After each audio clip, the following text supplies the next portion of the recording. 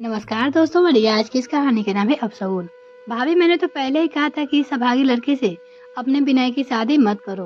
पैदा होते ही अपने माँ बाप को खा गई और अब अपने सुहाग को खुद ही बोझ बन गई है अपने आप पर। अब भुग तो इस अपाहिज को, अभागन कहीं की, ये मर ही जाती तो बढ़िया होता।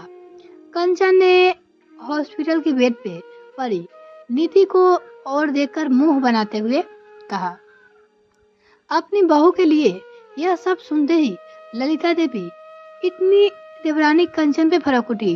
तुम्हारी हिम्मत कैसे हुई कंचन, मेरी बहू के बारे में इस ढंग की उल्टी सीधी बातें करने की? अरे अभी इसी वक्त तुम यहाँ से चली जाओ।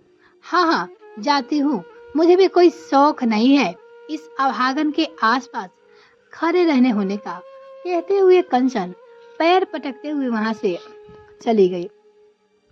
माँ, सही तो कहा चाची जी ने, मुझसे ज्यादा अभागन और कौन होगी।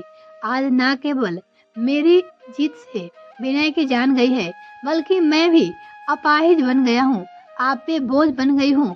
हॉस्पिटल के बेड पे लेटी नीति अपनी सासू माँ ललिता का हाथ पकड़े हुए रोई जा रही थी और उन्हें समझ नहीं आ रहा था कि वो उसे किस प्रकार शांत कराए। एक पल में ही सब कुछ उजड़ गया था।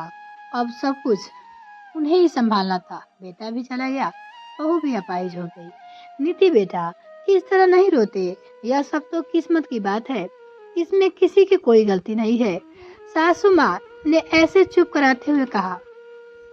नीति लगातार यही रोए जा रही थी पर और उसकी सासू माँ उसके सिर पे हाथ फेरे उसे हौसला दिए जा रही थी। सासू माँ की प्यार भरी थपकी से कुछ ही देर में नीति की नींद आ गई। कंबल उठाकर वो उसके पास ही सोफे गई और सोचने लगी कि क्या क्या हो गया। कल ही तो बात है जब नीति और विनय बारिश से भुट्टे खाने के लिए निकल रहे थे। विनय और नीति दोनों को ही बारिश में भीगना और भुट्टे खाना बहुत पसंद है था।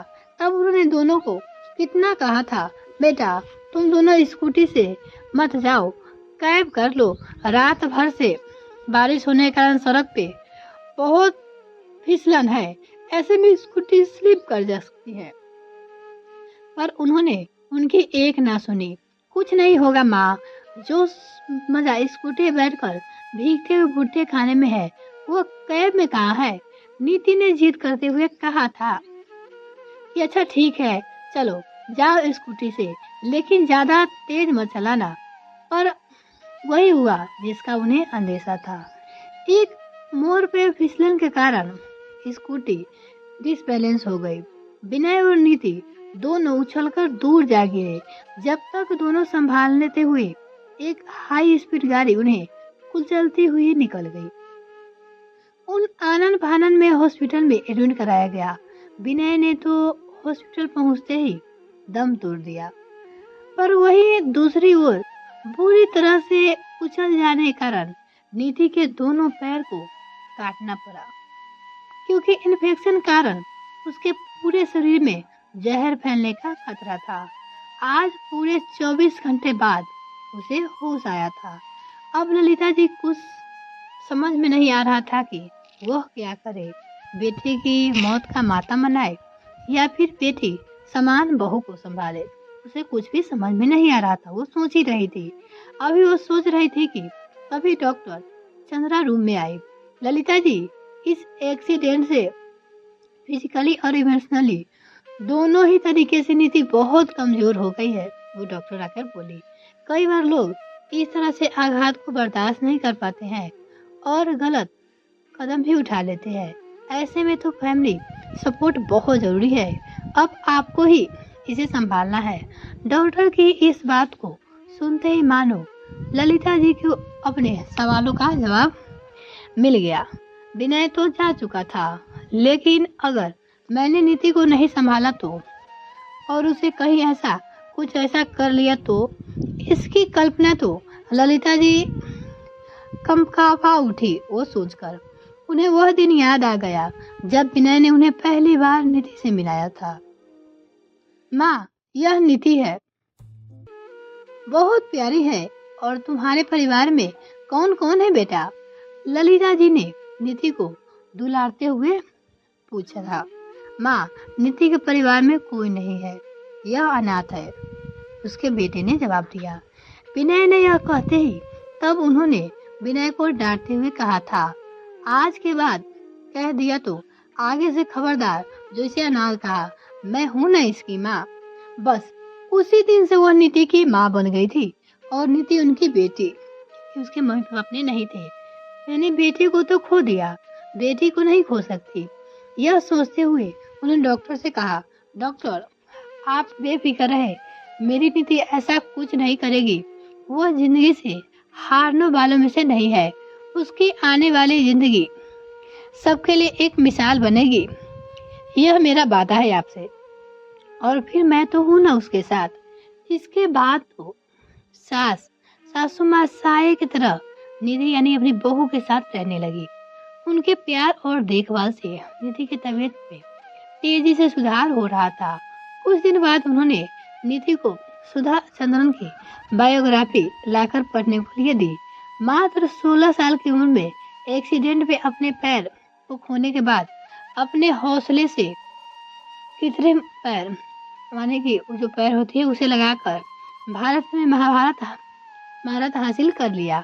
अपनी पहचान बनने के सुधा चंद्रन की कहानी ने निधि को अंदर तक झकझोर दिया। जैसे काली अंधेरी रात के बाद सुबह की लाली फूटती है, वैसे ही निधि के लिए प्रेरणा और उमंग की लाली बनकर आई सुधा चंद्रन की कहानी। उनकी बायोग्राफी ने उसके सारे निराशा को बादल छाड़ दिए और उसकी तकलीफ से लड़ने का हौसला लिए उसे। वो अब समझ चुकी थी।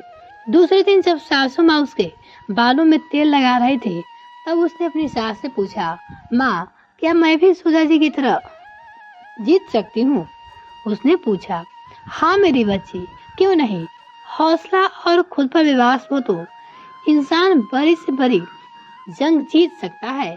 फिर मैं तो हूँ तेरे साथ। उसके लिए सिर्फ हाथ फेरते हुए उन्होंने कहा, बस इसके बाद मैं खुद के हौसले और सासू माँ के सहयोग से निधि जुट गई अपनी जीत की कहानी लिखने के लिए। सबसे पहले उसने कृत्रिम पैर यानी आर्टिफिशियल लेग अपने पैर में लगवाए। 2 महीने की अथक कोशिश के बाद निधि अपने पैरों से एक कदम चलने लगी। पैर लगने के बाद वही चेयर पर बैठे बैठे धीरे धीरे अपना काम करने लगी। अब उसे हॉस्पिटल से छुट्टी दे दी गई। घर पे ही फिजियोथेरेपी होने लगी। उसकी हालत में दिन प्रतिदिन सुधार हो रहा था। फिर सासू माँ की प्रेरणा से उसके अपनी अंदरूनी थीसिस को पूरा करना शुरू कर दिया और पहले से मजबूत हो चुकी थी। 4 साल की कठिन मेहनत के बाद उसकी थीसिस कंप्लीट हुई। आज उसे उसकी डिग्री मिलती थी। वही अपनी सासू माँ के साथ स्टेज पे पहुंची।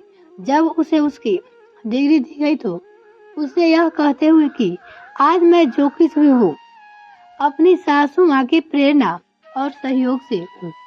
उन्होंने दुनिया की परवाह ना करते हुए मेरा साथ दिया था। मुझे अभागन को अपने प्यार और आशीर्वाद से भोगवाली बना दिया था।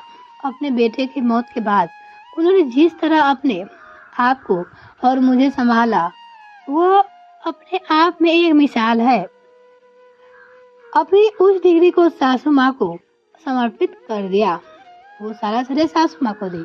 सासू माँ ने उसे गले लगा लिया और भरे गले से इतना ही बोल पाई थी, नीति बेटा कभी पीछे मुड़कर मत देखना, आगे और बहुत सी सफलताएं तुम्हारी इंतजार कर रही है। सासू माँ ने अपनी बहू से कहा। यह कहानी आपको कैसी लगी कमेंट सेक्शन में जरूर लिखिएगा। वीडियो को देखने के लिए बहुत बहुत धन्यवाद।